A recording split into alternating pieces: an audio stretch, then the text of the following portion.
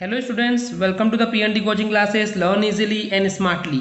तो आज हम देखेंगे एक क्वेश्चन जिसमें बोला गया है why is respiration considered an exothermic reaction, explain.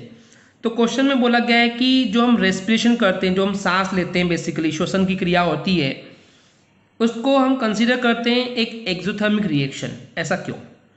तो पिछले वीडियो में हमने देखा था कि एक्सोथर्मिक रिएक्शन क्या होती है स्टूडेंट्स। एक ऐसी रिएक्शन कि जिसमें जो हीट होती है या एनर्जी होती है वो रिलीज होती है, राइट, निकलती है।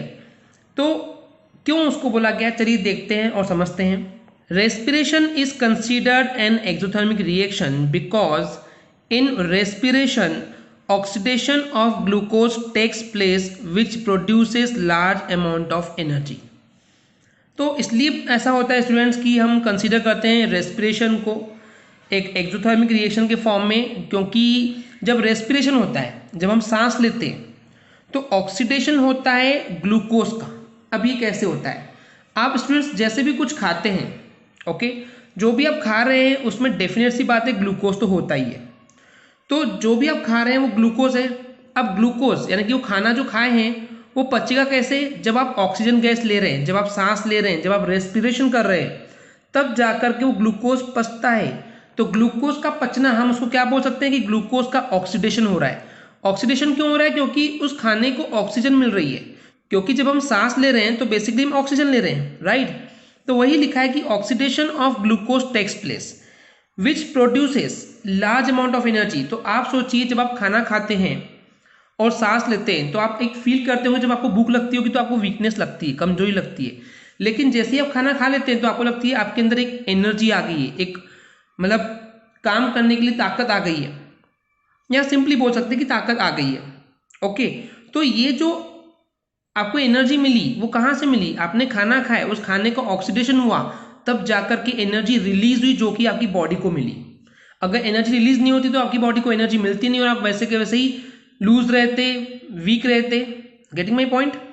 तो इस तरीके से ग्लूकोज का जब ऑक्सीडेशन होता है तो हमको बहुत सारी एनर्जी मिलती है, हमको इन द सेंस हमारी बॉडी को।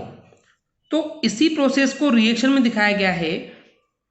जो हम खाना खा रहे हैं वो ग्लूकोज है, राइट। तो ग्लूकोज को लिखते हैं C6H12O6। वैसे तो स्टूडेंट्स आपने ये फॉर्मूला पिछली क्लासेस में पढ़ के आए हैं कि C6H12O6 को हम ग्लूकोज बोलते हैं। अगर आप भूल गए हैं तो आप सिंपली इसको लर्न कर लेंगे कि C6H12O6 एक ग्लूकोज है। अब क्योंकि हमको उसका ऑक्सीडेशन करना है तो बेसिकली हमको ऑक्सीजन गैस देनी पड़ेगी, जिसका फॉर्मूला होता है O2। ओके, तो यहाँ पे जो ऑक्सीजन गैस लग रही है एक ग्लूकोज के मॉलिक्यूल को ऑक्सीडाइज करने के लिए, तो 6 मॉलिक्यूल्स, 6 ऑक्सीजन गैस लग रही है। ओके, तो जब ये रिएक्शन होगी तो आप सोचिए, जब आपने खाना खाए, आपने फिर गैस भी लिए। ओके, आपने खाना खाए और आपने ऑक्सीजन गैस यानी कि रेस्पिरेशन किए, अंदर बॉडी में गई। उसके बाद क्या होता है, बॉडी से क्या निकलती है? कार्बन डाइऑक्साइड गैस आप छोड़ते हो।